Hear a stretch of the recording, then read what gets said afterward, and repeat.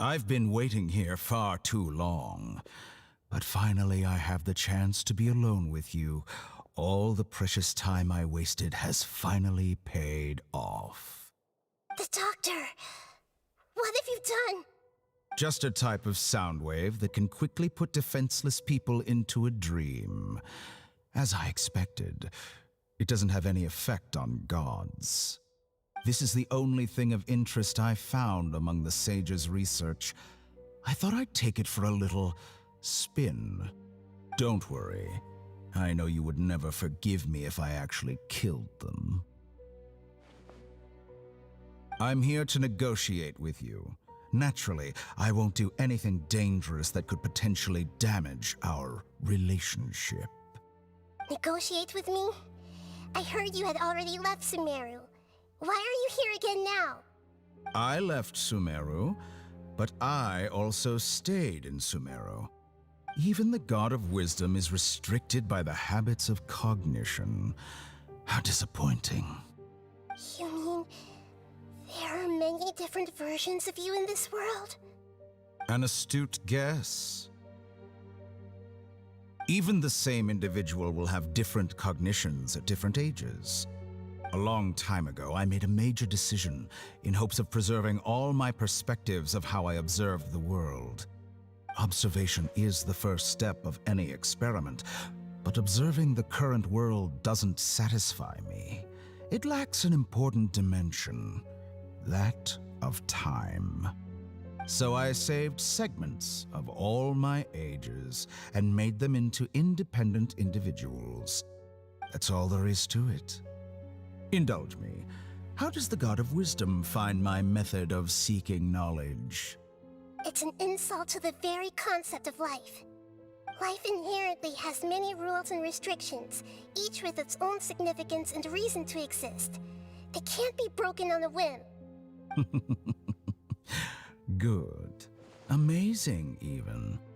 Indeed, it's difficult for humans to make peace with themselves, not to mention oneself from a different period. Since you're in the academia, why wait until now to show up? You could very well have stopped us and helped that fake god. Simple. Let me ask you this. Would any staff member ever help the subject in the middle of an experiment? It was my experiment. So why should I interfere with the results? The academia saw the plan to create a god as their ultimate goal, yet you only saw it as an ordinary experiment. You really are crazy. If the experiment succeeded, you would have had a new god on your hands. How would you have faced your own god then? Would you still take the same stance? Would you still hold the same view of yourself? I'm first and foremost a scholar. These results should be left to the judgment of the hypothetical me confronted with that outcome. But you're right. And that's exactly why I'm disappointed with the conclusion of this experiment. As an individual, you don't have any sense of belonging. You seem to have even fewer convictions than a typical scholar. Oh no, I certainly have my own convictions. They just don't fit your standards, that's all. All right, that's enough conversation for today. The experiment is over, and it's time to tidy up the equipment and reclaim any useful materials. For example, the Gnosis. Lesser Lord Kusanali, you're an intelligent Archon. I'm sure you understand the disparity in our combat abilities at this time. Besides, you have no way to use that Electro-Gnosis in battle. Didn't you say you were here to negotiate with me? Somehow, it's starting to seem like you intend to take it by force now. I'm merely stating a fact. After all, I'm also a scholar. Naturally, I hope to show proper respect and dignity to the God of Wisdom. Your hypocrisy is built on absolute confidence. I understand your scheme, but... what if I were to destroy the Gnosis now and awaken the heavenly principles? Awaken. The heavenly principles? Do you think that's really possible? The heavenly principles have been silent for many years, but the Gnosis are symbols of their control over Teyvat and all the laws. Will the destruction of a Gnosis attract the attention of the heavenly principles? And if so, how do the Fatui plan to deal with the consequences? Do you dare to gamble such a possibility with me? Gamble? How surprising. I thought you would show evidence or use rigorous reasoning to prove your point. The word gamble is the last thing I expected to hear from the God of Wisdom. But this is a clever move. You must have seen through me when I first captured your consciousness. As a scholar, I respect all possibilities. This has always been my principle and is an essential trait as an experimenter. Indeed, I can't ignore this possibility. So tell me then, what are your conditions? This foreign Gnosis will only lead to disaster if it stays in Sumeru. But this Electro-Gnosis is the prize I obtained after defeating one of your fellow Harbingers. Now, as the one who initiated this cascade of events, shouldn't you pay the corresponding price? Price? Interesting. What price would you have me pay?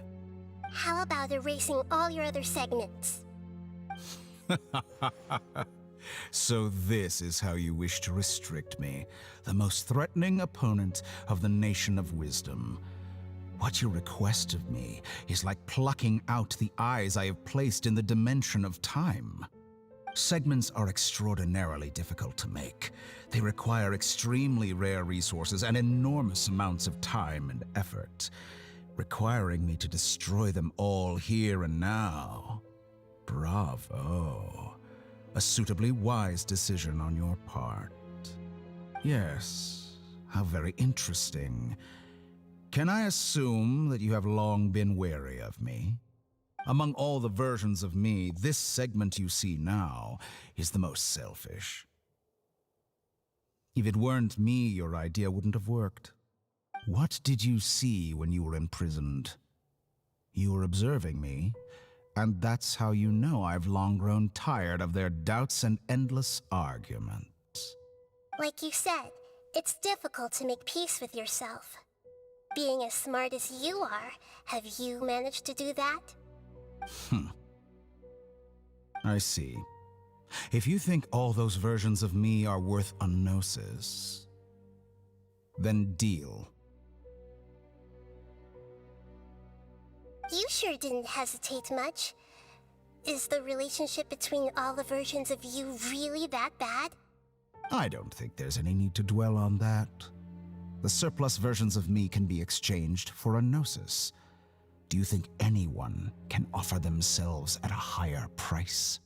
Besides, with my abilities, it's only a matter of time until I find better perspectives. Perhaps it's best to say, you're just temporarily ahead. But what I'd like to know is, how can you be sure that I've really erased them? I can see your remaining honesty.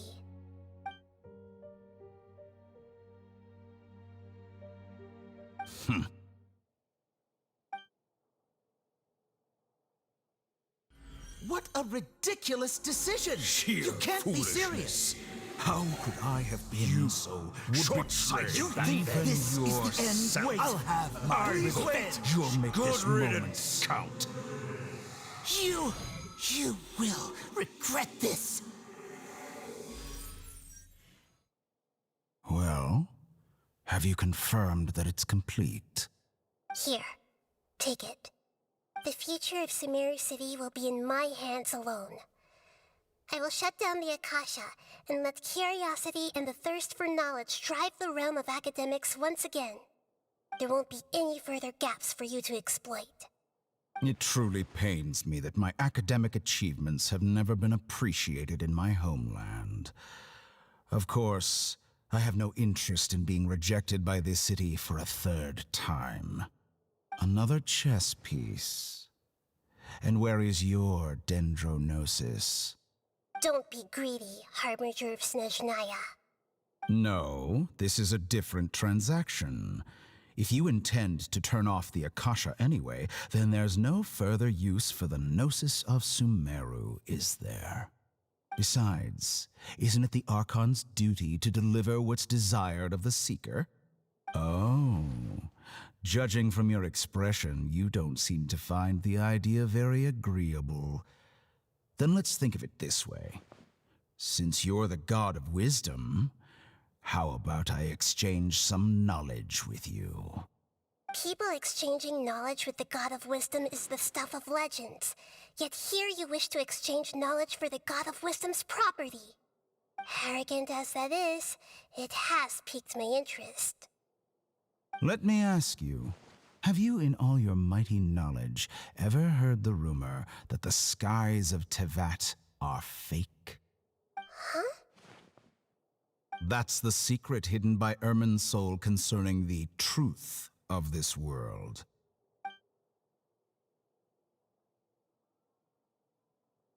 Once I finish telling you about this, it will be time for me to say goodbye. With negotiations, we've all gotten what we wanted.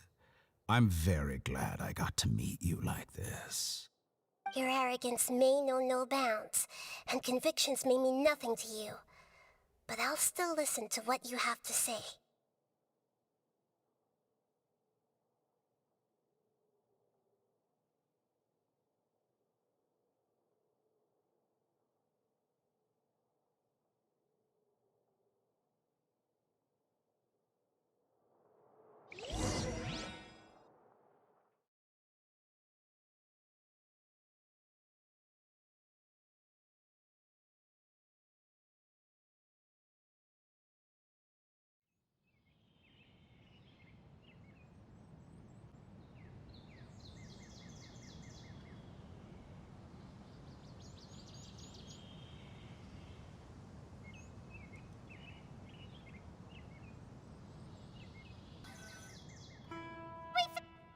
Together!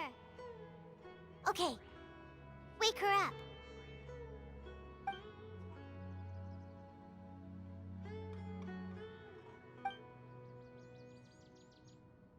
Are you awake? Kali says it's time for breakfast. Come on, get up! Good morning! How are you feeling today? Good to hear. It looks like we've recovered pretty well. Not even Tainari could stop us from going out now, right?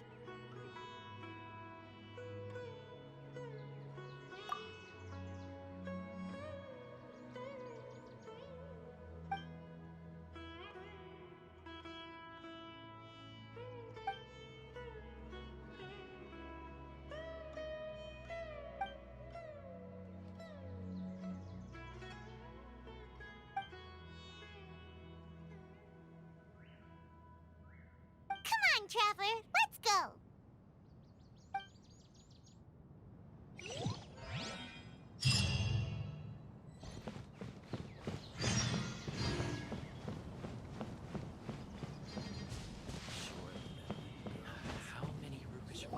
Good morning. Looks like you're awake. Yep, yep. I prepared some breakfast today. Please have a taste. I hope you'll like it.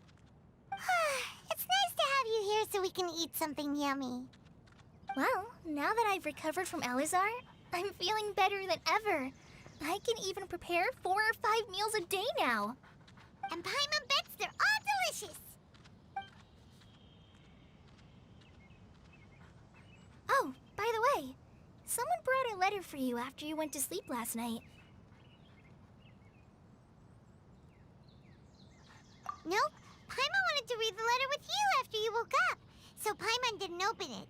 All right, let's read it now. Oh, it's from Nilu. Ahem. We're going to hold a feast at the Grand Bazaar and celebrate Cyano's reinstatement as the General Mahamatra. As heroes of Sumeru, please be sure to attend. I'll wait for you. The date of the banquet is written on the back. It's in 2 days. Oh, I've also heard that you've become heroes here as well. That's amazing. Everyone's aware of your abilities. There's no need to be modest. Anyway, let's go to the Grand Bazaar to have a look. Oh, before you leave, be sure to inform Master Tainari.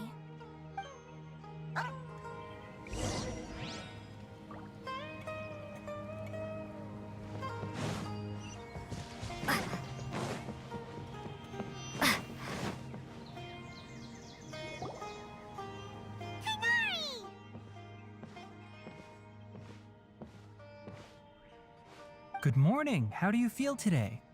We feel much better. How about you?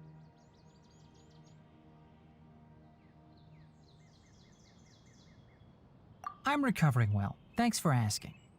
But from the looks of it, you seem to be already busy with work again. It's fine. I'm not that busy, really. The Elazar patients have recovered, as well as Hypatia. For now, I only need to tend to my Forest Watcher duties. It seems once Irminsul started getting better, everything else started to recover too. Yes, but there are still some residual effects. The withering is one example. Though it won't spread anymore, the existing zones won't just disappear. We forest rangers will still need to do the work. By the way, we have some good news. Sino got his position back. This news is hardly new. He had already mentioned it to me before. Huh? You mean he was already here? Why didn't he come to say hi to us? He visited once, but he was afraid of disturbing you while you were resting. He just asked me a few questions and left. Then you probably already know all about the celebration feast. Celebration feast? No, I haven't heard anything about that. Huh? But didn't Nilu say in her letter that they would celebrate Sino? He didn't tell you? Perhaps, or alternatively, he doesn't know about it either. Come to think of it, Sino doesn't seem like the type who'd enjoy a celebration feast.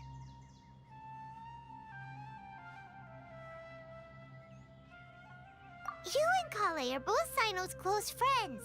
Why don't you come to the feast with us? Kala has taken over some of my tasks these days. I don't think she'll have time for it. Not to mention me.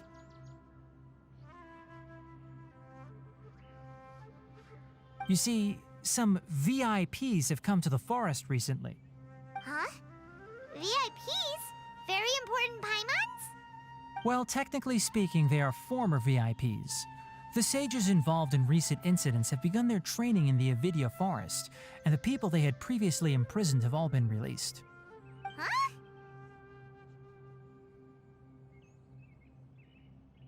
Yes, he's a little weak, but he isn't injured and his condition is stable. Lesser Lord Kusanali, in her boundless mercy, has decided to spare Azar and the other wrongdoers.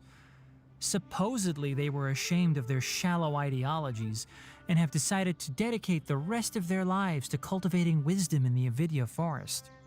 When they learned that Lesser Lord Kusanali had defeated the Balladeer and saved Irminsul, they were shocked at first, but also became happy, feeling that the sacred light guiding them on the path of discovering wisdom had begun to shine once again.